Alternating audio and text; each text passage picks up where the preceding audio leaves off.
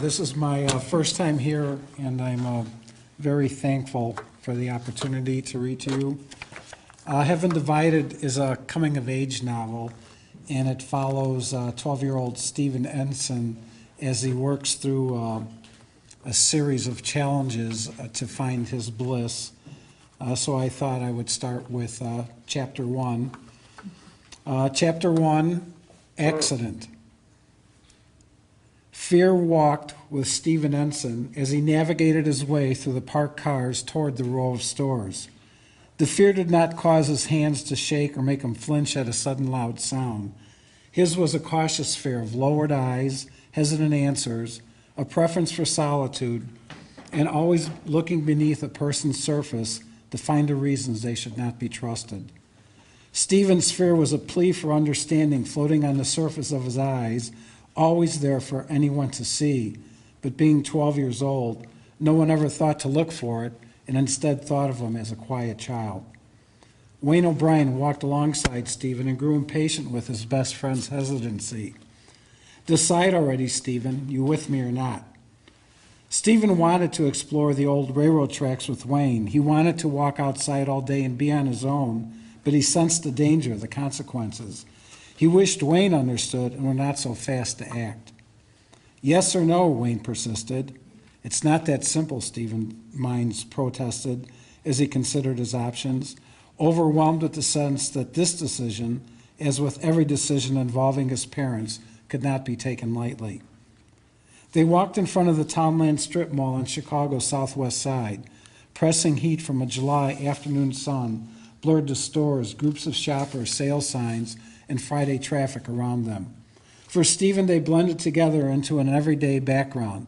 He promised his mother he'd be home. He needed to hurry or else. Lost in thought, Stephen rushed past the parked car, not noticing its familiar bright red. Wayne saw it. Hold on, he called out. That's your mom's. Stephen stopped. First, he saw the Chevy's year-old fender dent. Then inside, stuck to the faded dashboard, stood the bronze statue of St. Christopher. He touched the hot metal hood as if to confirm the car's presence. Must be shopping. From left to right, he scanned the stores, a fast turn of his head, hoping not to see her. I better go. But she's here, Wayne challenged him. Walk the tracks with me, just to 95th Street. Come on, yes or no? She doesn't know you're not home. The time neared 3. No. She said to be home. I don't want her telling my dad. Stephen again scanned the stores. You go by yourself. You sure? Wayne asked. You'll wish different when I tell you everything I saw. He folded his arm and tapped his foot, pretending to be impatient, but he didn't wait long for an answer, turning toward the railroad tracks instead.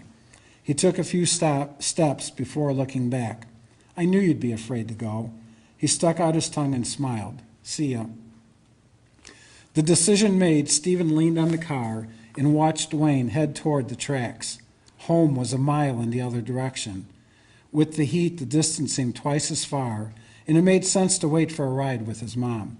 After all, she had given him permission to go to the mall with Wayne, and when she said to be home by 3, she'd never mentioned any particular reason. He chose a nearby concrete bench where he sat to watch 2 robins nibble on the edge of someone's discarded hamburger bun. Drops of sweat rolled down the side of his face. He wished he could fly like the birds and be home in a few minutes. If he could fly, his father would for once be proud and show him off to his friends.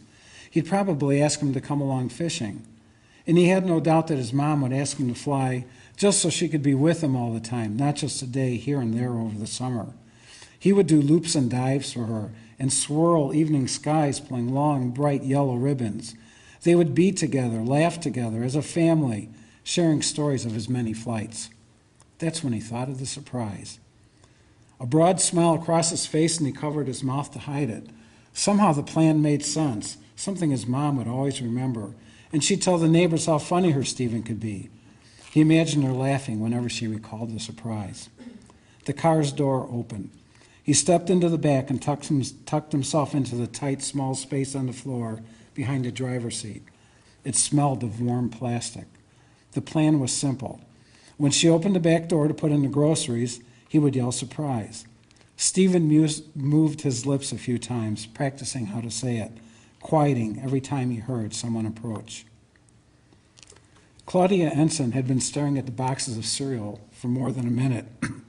Her staring began when she first noticed a new flavor and imagined serving it for breakfast. But instead of compliments, her imagination heard her husband's protests about changing something without asking him first, about his obligation to work every day and how he deserves to get the cereal he wants, not the one given to him by her, about all that he does around the house and how nobody ever gives him the credit, about how unfair life is. She realized she was staring when another woman reached in front of her and said, "I tried it. It's as good as it sounds." Claudia smiled. "Then just for me," she said, and placed the box in her shopping cart. After 5 minutes, the heat inside the car grew intense. Stephen began to question his idea. What if she had had her hair done or something that takes a long time? What if the car didn't start and she walked home for help? What if her hand touched the driver's door? It opened. He heard his mom place a bag on the passenger seat, not in the back. That changed his plan, but before he could decide what to do, the car started. Should he say something now or wait until they were home? She rolled down a window. Music came on, a rock station.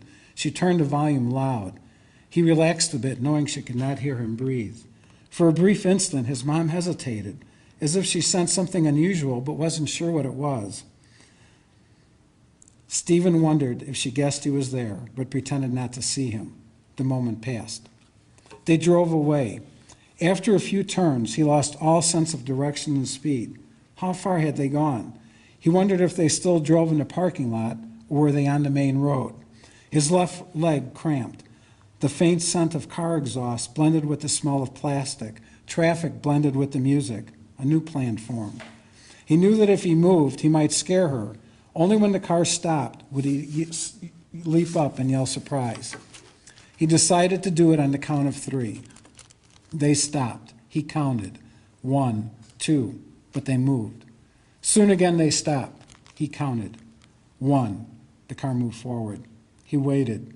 A sense of confident anticipation formed. Somehow he knew the next time the car stopped, everything would be perfect. They would laugh together. She would never think to ask why he wasn't home. Another minute passed before the car stopped, more than enough time for them to be parked in front of their house.